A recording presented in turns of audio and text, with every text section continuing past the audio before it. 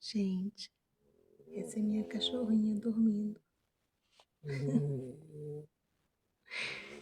Parece um tatu.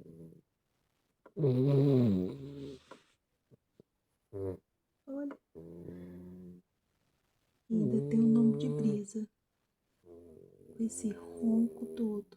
Né, Brisa?